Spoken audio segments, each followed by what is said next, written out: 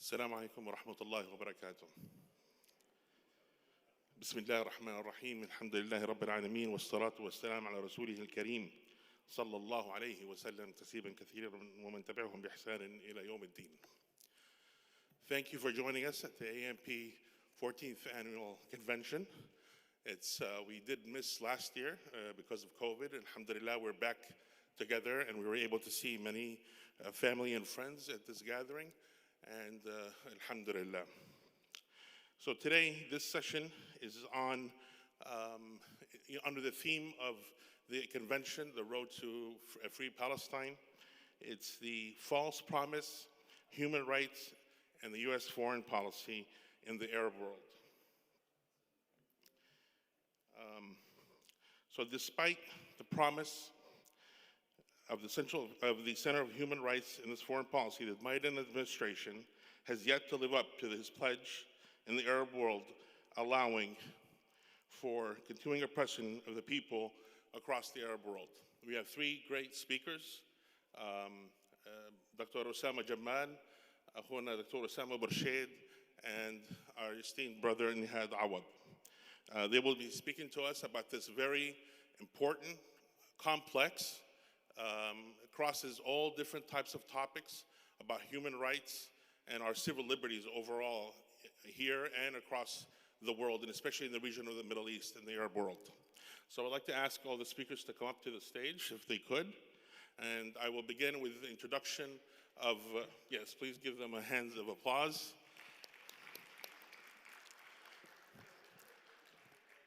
They deserve it. They do great work.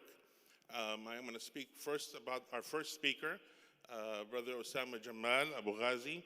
He will be speaking and beginning the session. He is the chairman of the U.S. Council of Muslim Organizations. He's the founder, actually, and as you many know, founding an organization that has CARE, AMP, and others en masse under their umbrella is a great achievement. So he's also the president of he's a local community member here in Chicago. So in Bridgeview, he's the president of the Mosque Foundation, as well as the director of the Mass PACE program as part of the Mass organization. So we would like him to begin this discussion on the human rights across the Arab world. So please help me welcome Dr. Usama Jamal.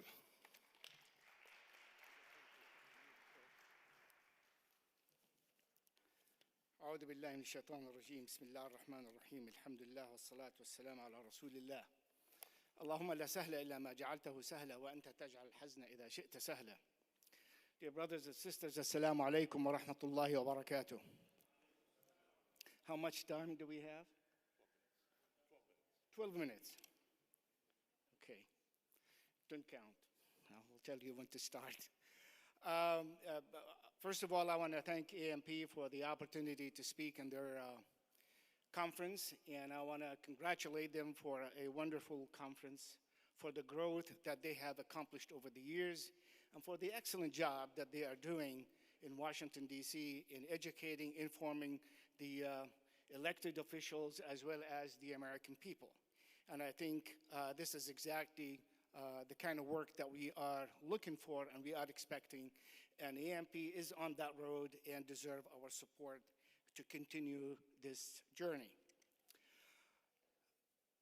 And I want to thank all of you who are here today listening to this session, but I know there are much more audience who are way more interested in what we are going to see. They are looking either at the live streaming, I don't know if they are doing live streaming, and of course on the YouTube, and I know those types of interested people and organizations and governments and others, they want to see what we're going to say.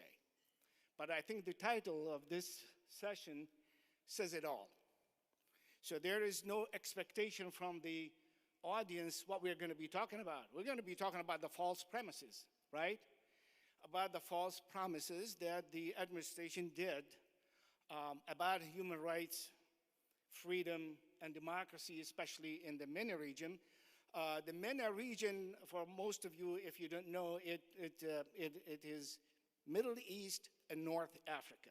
So they called MENA, and the State Department used that term as well, and everybody else, they use that term when they want to talk about the Middle East as well as North America, and that is Egypt, Libya, Tunisia, Algeria, Morocco, and Mauritania. And of course, Sudan as well, although Sudan they consider it part of the African countries.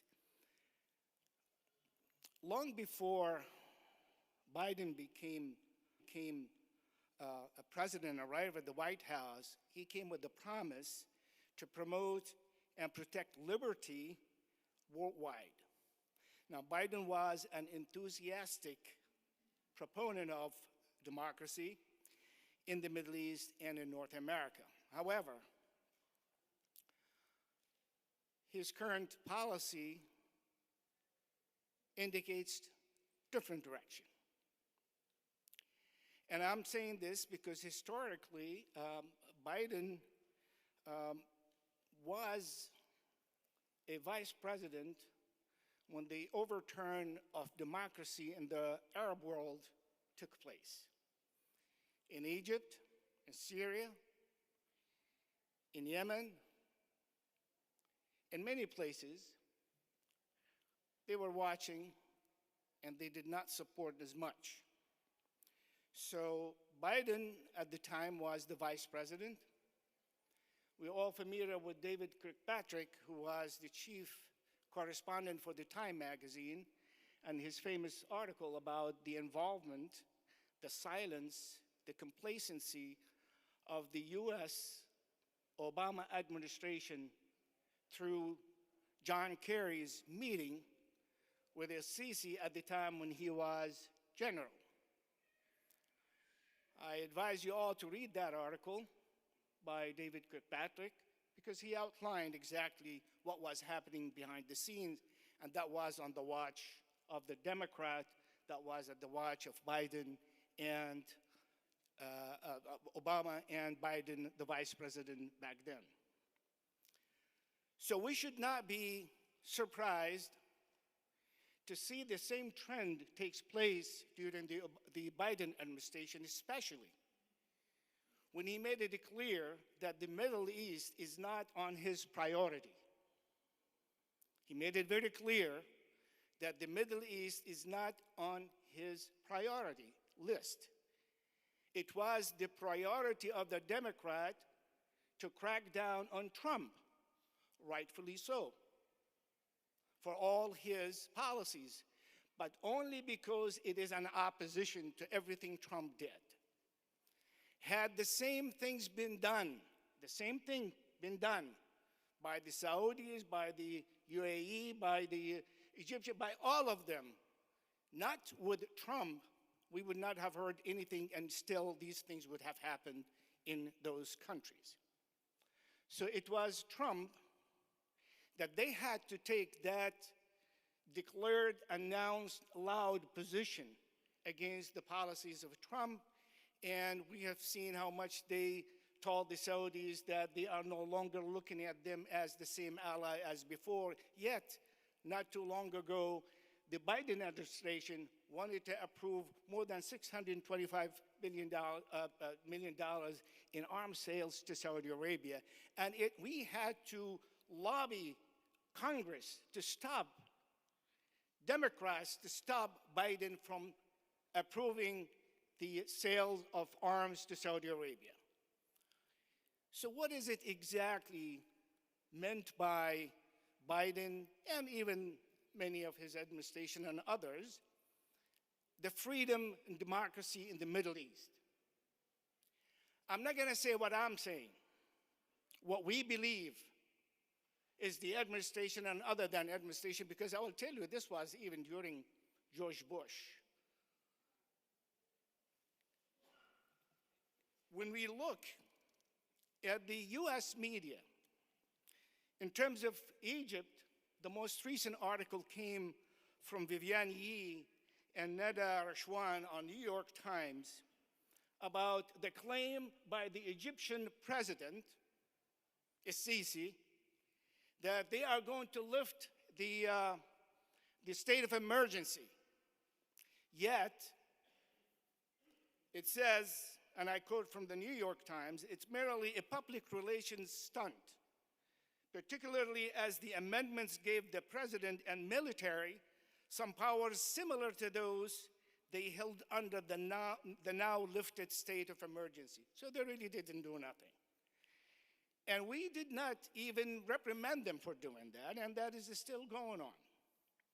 And continue from the New York Times, "With the amendments to the terrorism law, Egypt will continue to widen the role of the military." And I like the following: "which has seen its star rise and responsibilities expand into a range of areas from pasta manufacturing and hotels to the judiciary." That's the role of the military of Egypt, the mother of the Arab world.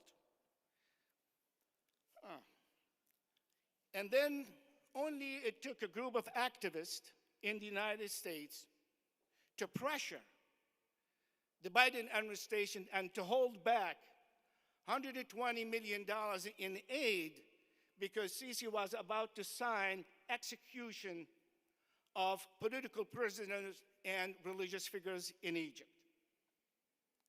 We had to make a big campaign to hold the execution. And we still don't know if it's still going to go. The Washington Post, in their headline of one of their articles, says, "Biden must try harder," and this is with respect to Tunisia. Now, Egypt is a dead case. Look at Tunisia, which was the model of democracy that the Obama administration prided themselves of caring and flourishing. Biden must try harder to stop the coup in Tunisia. Finally admitted it's a coup. The Brookings Institute, "Tunisia, Democracy and the Return of American Hypocrisy." Foreign Policy, it says, by Michael Hirsch, "Tunisia's democracy needs help. Will Biden step in?" The place where the Arab Springs began is now a test for an administration that pledged to strengthen global democracy. Bobby Rush from the Bloomberg, he said, "For those who profess to care about freedom and about democracy in the Arab world, it is time to get off the fence and act." And he says, "I am looking at you, Joe Biden." And Biden has understated rather than underscored the importance of Tunisian democracy. There is a whole lot that I can talk to you about what even the American media, not all of it, some of it are truly fake media, because they only talk about human rights and democracy. You think for the Middle East, as you have seen, none. They're talking about human rights and democracy and the cry about that democracy for countries has the highest turnout of voters in the entire world. Turkey has 80% voter turnout in their election of registered voters. They have opposition that is older than the current ruling party. And they accuse that country of authoritarianism. Have you ever heard in CNN anything about Sisi, authoritarianism, dictatorship, much about the Saudis other than the Khashoggi thing, which was they were embarrassed to adopt, otherwise they would be truly hypocrites. Have you heard them say anything about UAE and the corruption, those Saudis of Arabia, what they're doing all over the Arab world, and the rehabilitation of Assad regime who killed his own people, more than 500,000 Syrians being killed by this regime and his allies? Have we ever heard anything of that? No. They single out Turkey because that is the true democracy. Defending a group of people who had the opportunity open for anyone to participate in elections to form their parties. Yet they did not do that because they know they will not be elected. They did not have any chance, yet they went to support a coup against a true democracy. They even messed up with the judiciary system. And of course, you have to stop that. Why that is not right, whereas January 6th is an insurrection that we have to stop it, and the count is going as we go after all of those involved in the insurrection. That's hypocrisy. That's the human rights and freedom and democracy, unfortunately, that plays both Democrats and the Republicans. George Bush, at one time, he was about to initiate the Greater Middle East Initiative after 9/11 in 2004 and 2005. But he could not force these dictatorship in the areas because he needed their support at the time to fight terrorism. Brothers and sisters, Democrats and George Biden may be on his agenda climate change, and I'm going to finish with this. Climate change, where the West has polluted our planet with toxic rains, environmental problems, whereas our climate change in the Arab Spring, they turn it into a severe winter that has completely killed the inspiration, the aspiration, and the hope of the people for a better life and for democracy.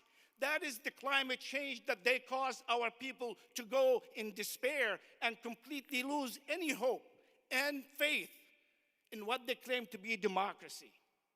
Fool who believes that the West or our American administration and foreign policy do care about democracy and freedom and human rights. Fool who think that they are going to come to support those who are in prisons and we continue to give them our aid. مش بس فول مدمس كمان. Whoever feels that this is true. With that, thank you. Thank you, Brother Usama Jamal. Thank you for placing the foundation of our discussion, giving us perspective, historical context, and a clear vision of what is going on regarding the human rights in the Arab world and the MENA region, as Brother Usama mentioned. And I think towards the end he mentioned Turkey as being singled out for their democratic process. So sometimes we have to really define what is human rights, because sometimes what we believe to be human rights might not be the same as what the State Department might consider to be human rights. Our next speaker is Dr. Usama Burshad. He will be speaking, building on the foundation that Brother Usama Jamal mentioned.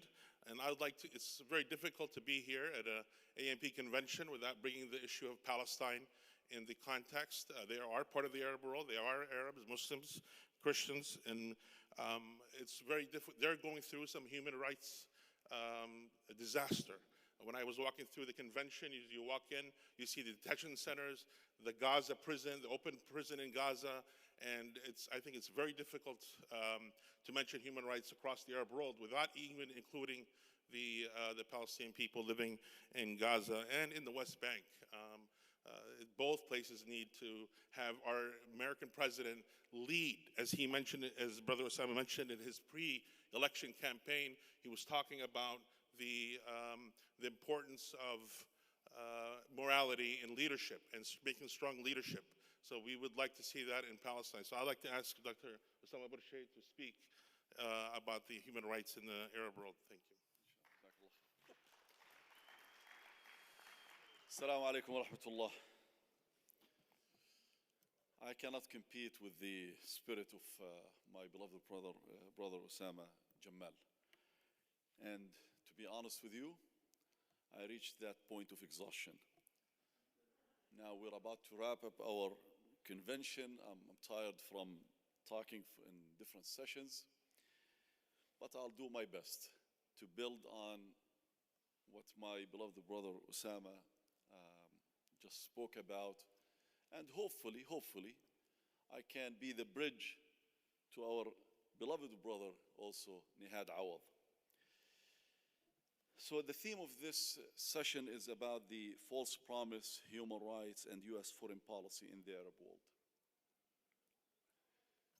The overarching framework of the US foreign policy vis-a-vis human rights is characterized by a paradox between the discourse of the acclaimed values and between the real policies that the US adopts.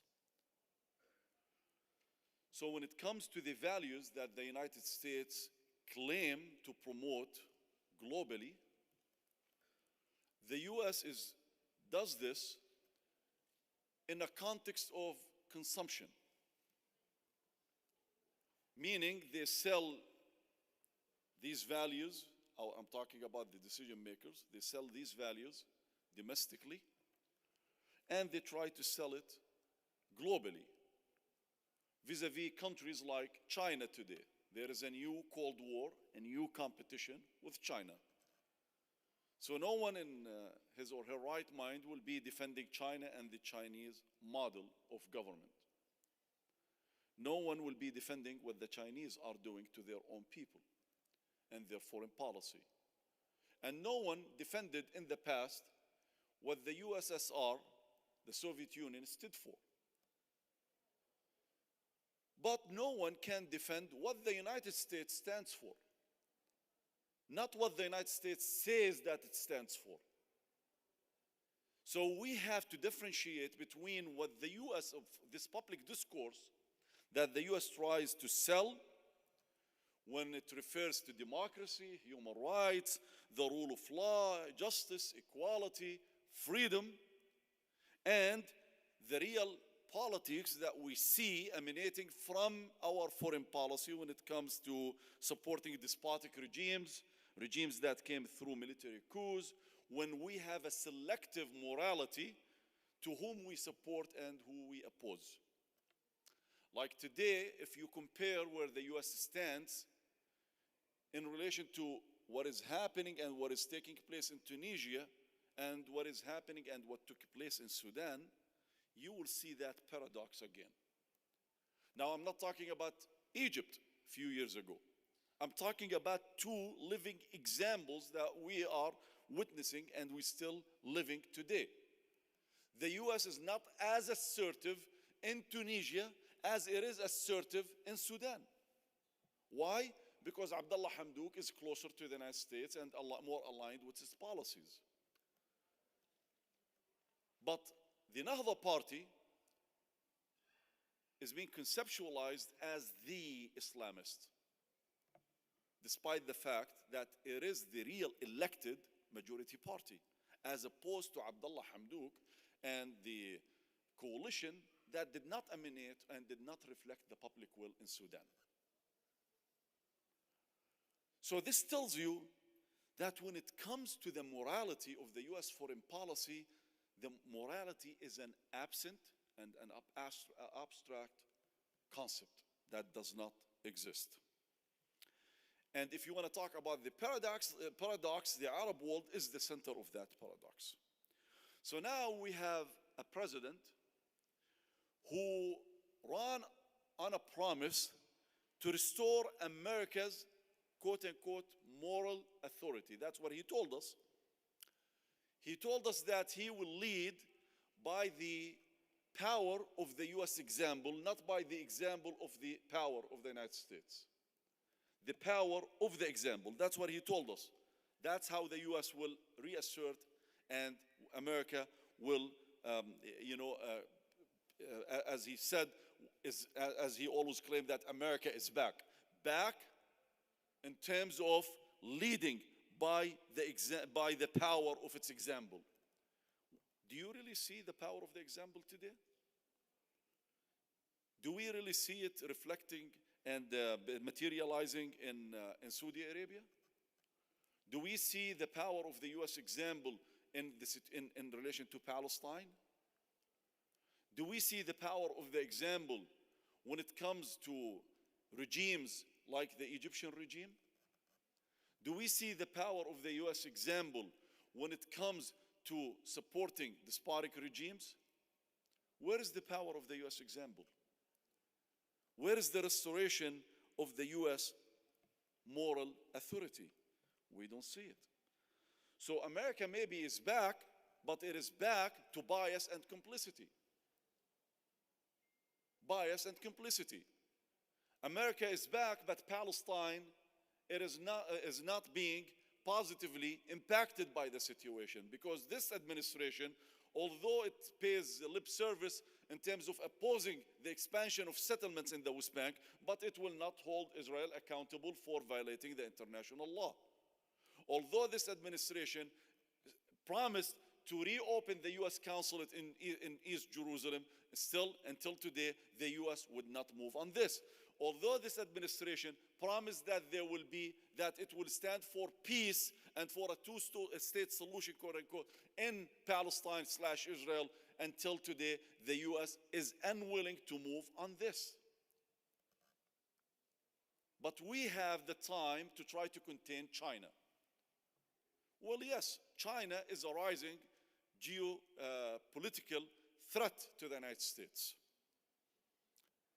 But America is not trying to contain China for the right reasons. America is trying to contain China because now we have two imperialistic models that are competing against each other. Two imperialistic models that they want to ensure hegemony and dominance over the world. These are the facts that we have to admit. It is not that America is departing from the slums that Donald Trump sunk us to. In fact, America is continuing on what Trump did. And what I want us to understand when we go back to the overarching framework of our foreign policy, that this is a pandemic, that this is a real a disease that is eternal, that America is always dealing with. That it never changed. It didn't start with Biden. It didn't start with Donald Trump. It didn't start with Barack Obama. And it didn't start with George Bush. It started with I don't want to say with the creation of the US, but I don't know for how many generations now and how many years. I need to study this. But America always tried to exert and to project dominance, at least in the Western Hemisphere. Today we are still living with these broken promises and false promises. In 2003, after the 9/11 attacks, as our brother Usama just reminded us of, George Bush at the time promised to democratize the greater Middle East. I think everyone, or many of us, remember that. According to him at the time, in a 2003 speech that he gave, he asked the following question: Are the peoples of the Middle East somehow beyond the reach of liberty? I, for one, do not believe it. That's what George Bush is telling us in 2003.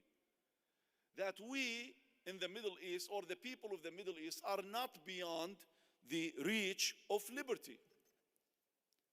So as if we're waiting for George Bush to tell us this, and to explain this to us, and to teach us this. He doesn't stop there. He continues to say, 60 years of Western nations excusing and accommodating the lack of freedom in the Middle East did nothing to make us safe. Because in the long run, stability cannot be purchased at the expense of liberty. Wow, great statements, right?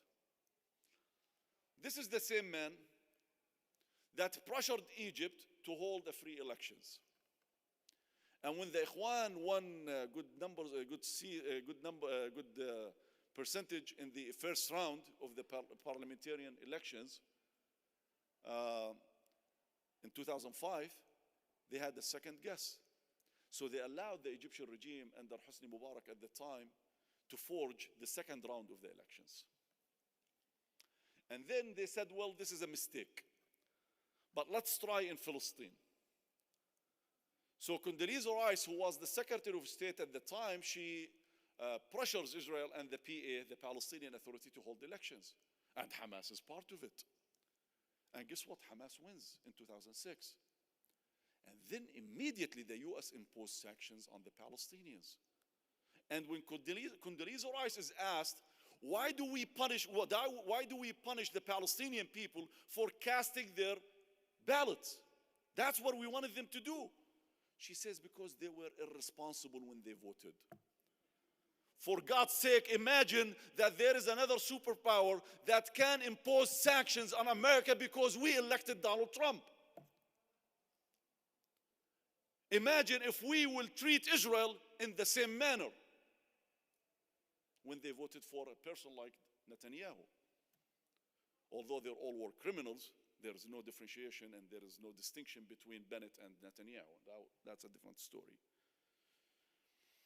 So that was a false promise. So according to him, are we beyond the reach of liberty? He said no. In fact, we are. See that dehumanization of the so-called other? Now in 2009, the man of hope, the man who came promising change, a genuine change, he says, we are starting a new chapter with the Muslim world. He goes to Ankara, he delivers a speech, a beautiful speech. He goes to Cairo and he delivers another beautiful speech.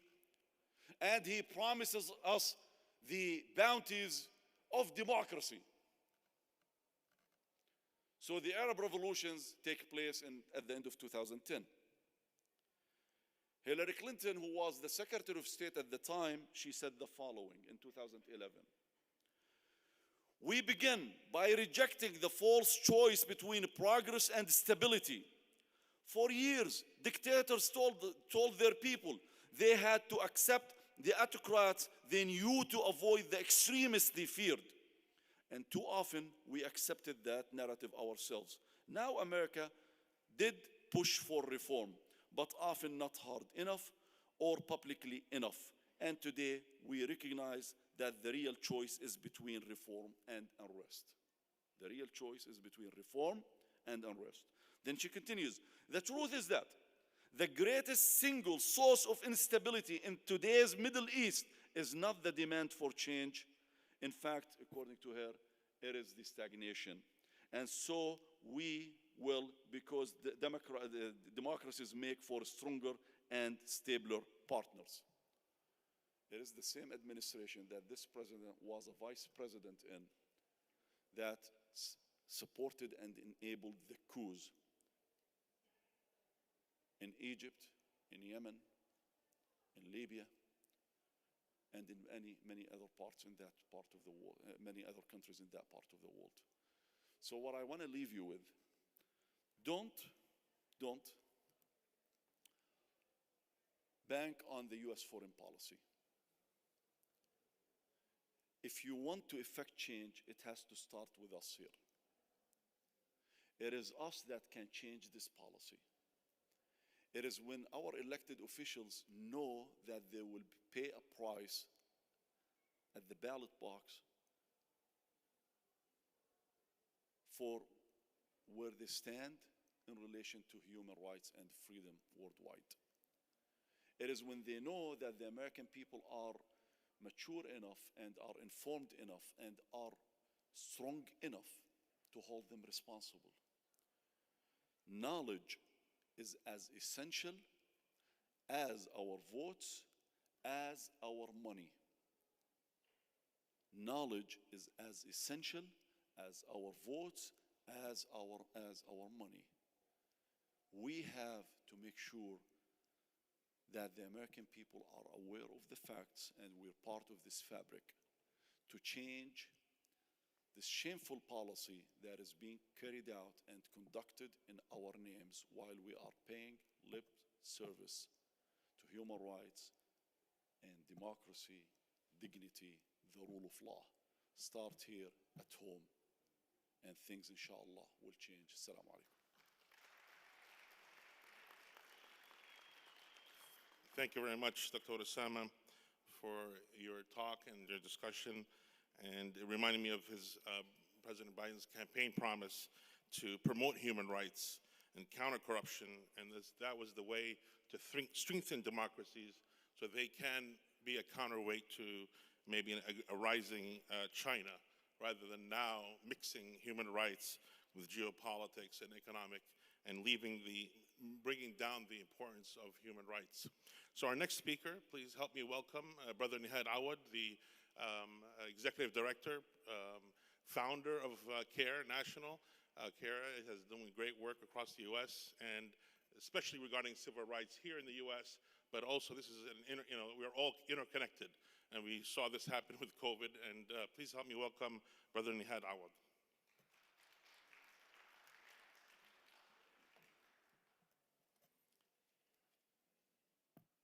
Assalamu alaikum wa rahmatullahi wa barakatuh again. Jazakallah khair, Brother Muhammad.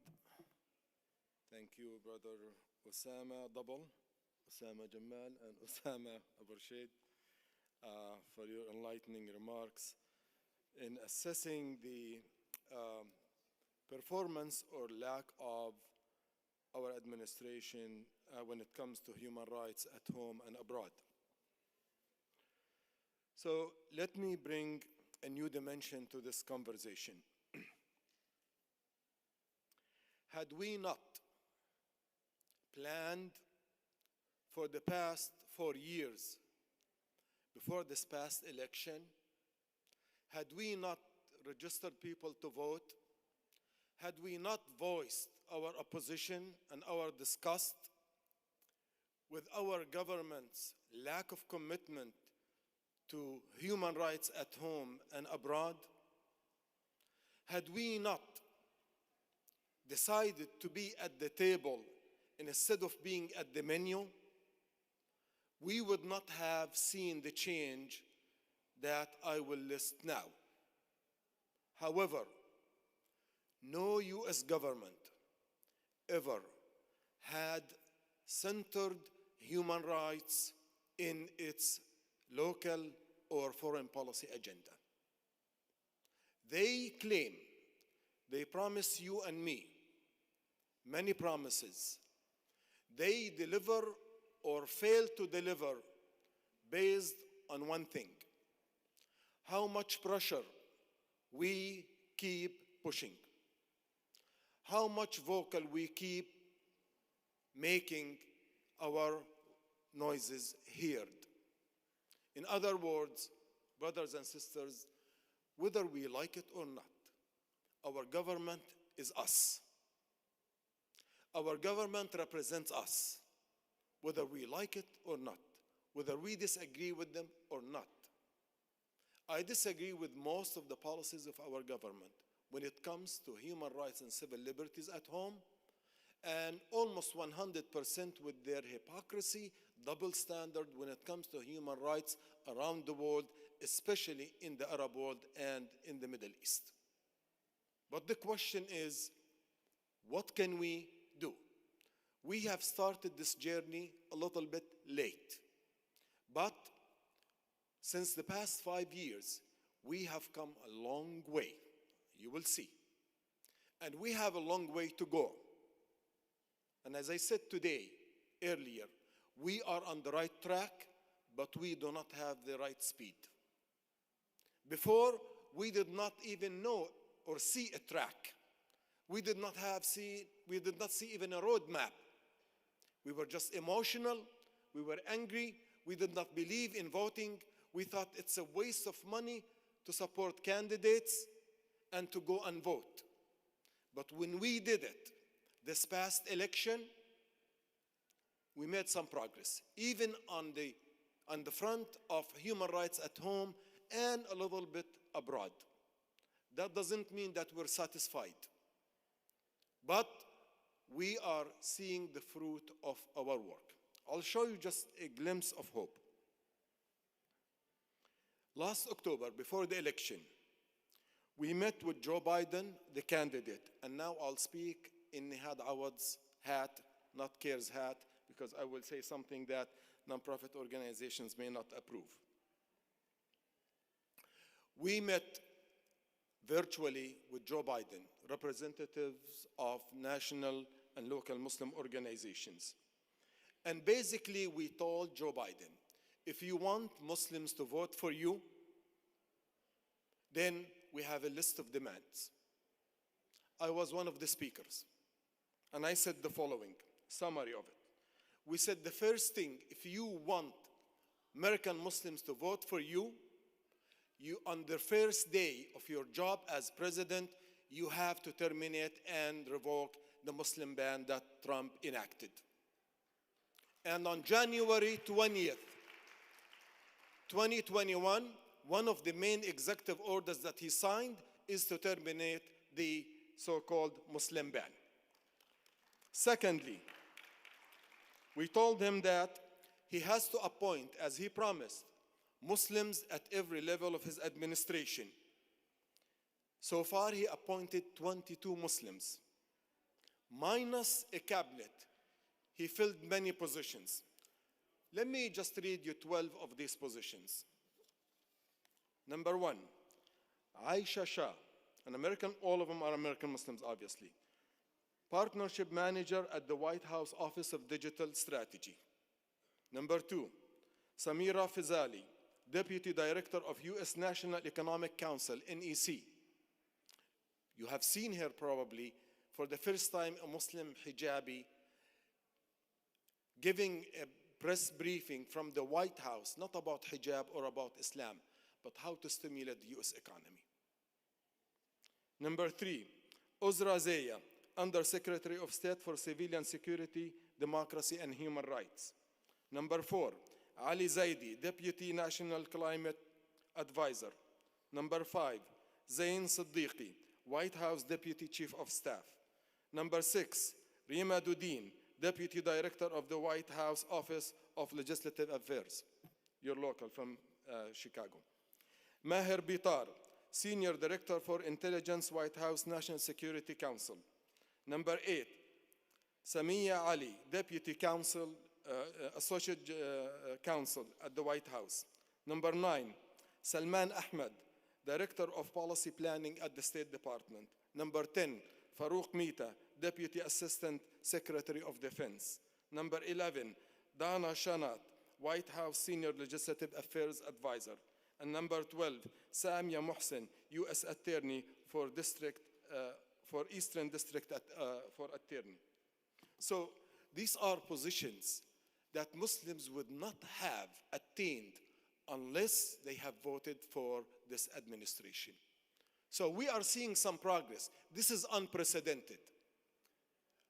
Are we satisfied? No, we're not satisfied, because he promised that Muslims will be at every level of his cabinet.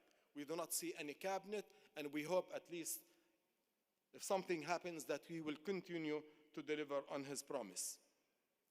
Thirdly, we asked him to abolish the systematic targeting of American Muslims through surveillance and profiling. We know this is a sticky and long-term issue, so we at CARE have been suing the federal government for putting hundreds of thousands of Muslims on the watch list. And we know that this will take time. Along with the ACLU, we have sued the FBI for spying in an unconstitutional manner against 3 Muslims using someone who faked conversion to Islam. And when the FBI was sued, the FBI said, we cannot disclose evidence because it is national security secrets. And we said, this is nonsense. You cannot do that because you are like us under the law. You have to disclose everything you have. We've taken them to the Supreme Court, and we are waiting for the Supreme Court to rule on this very important issue. Number 4, in terms of human rights in the Arab world and Muslim world, we said that this administration, the incoming Biden administration, has to undo what Trump has done. Trump, when he came to office, he promised some Zionist organizations that he will end U.S. aid to UNRWA, which is the UN Relief Agency, what's it called? The UN Relief and Works Agency. Obviously, it's an agency that helped support us in the refugee camp where I came from.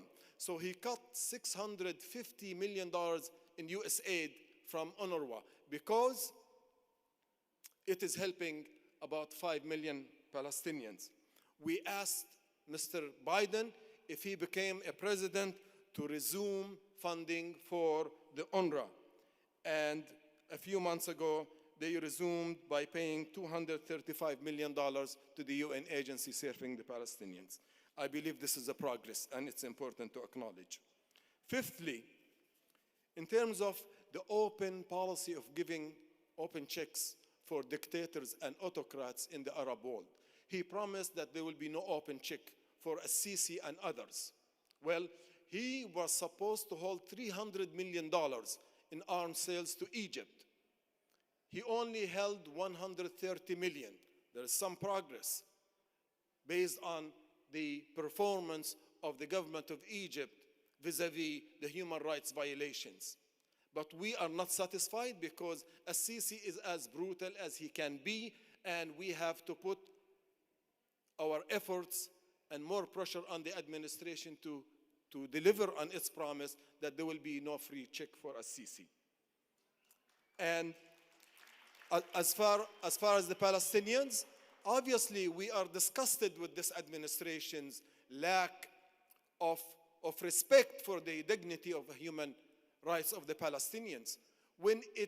While Gaza being bombed, he said that Israel has the right to self-defense. But he did not have the courage to believe or say or even answer a question from the floor. Do Palestinians have the right to exist? Do Palestinians have the right to defend themselves? Aren't they human beings? In fact, they committed to replenish the Iron Dome by extra $735 million. So I'm challenging myself and all of you and AMP. We should not accept this as a reality. We have to fight. We have to take the fight to the other side. Moving the embassy, our embassy, from Tel Aviv, which is occupied, to a city that's supposed to be protected under international law, to move that embassy, we should not accept that as a de facto. We have to pressure the administration to take our embassy back to Tel Aviv, and inshallah it will be free later. But we should not settle down just for opening a Palestinian consulate in East Jerusalem. We have to force this administration to undo the harm and the violation of international law. These are not only talking points, but these are agenda items that we have to pressure our administration.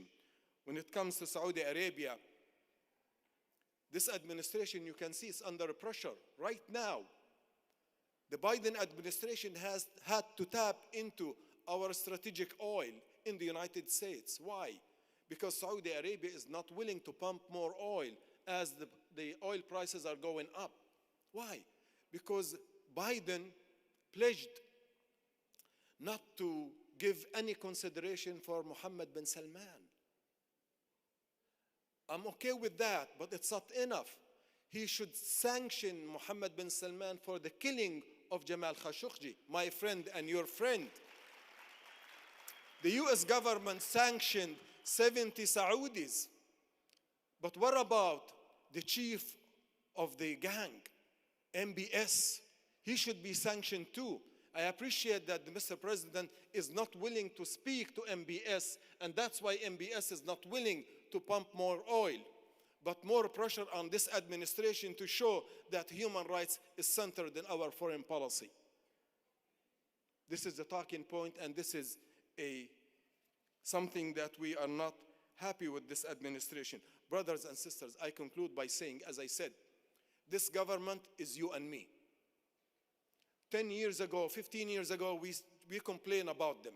But today, I would like to do less complaining about this administration, and I'll complain and blame myself if we continue to do business as usual. Because this administration represents you and me. They're using your tax dollar money and mine to oppress our people. And that cannot continue to be business as usual. We can fix it. And inshallah, with an organization like AMP, things will be different if we continue the pace. Assalamu alaikum. Thank you, Brother Nihad Awad, for your talk. And I cannot but agree wholeheartedly about the importance of being actively involved in our government, either with this administration or others. With our local government, we saw the benefits that we had as Muslims, Arabs, and Palestinians with the election of congresswomen and Tlaib and others Ilhan Omar, and the squad, I guess they call them. They have put pressure and gave Muslims a voice in Congress, and I think we should all walk away, as Brother Nihad Awad mentioned, to make sure that we are fully engaged and registering people to vote. I think USCMO had a 1 million voter registration campaign last 2 years ago, so please keep that in mind. And with that, we have to conclude. We went over our time, otherwise we've had more time for discussion. So thank you very much, and please give them a round of applause for our speakers. Thank you very much. Assalamu alaikum wa rahmatullah.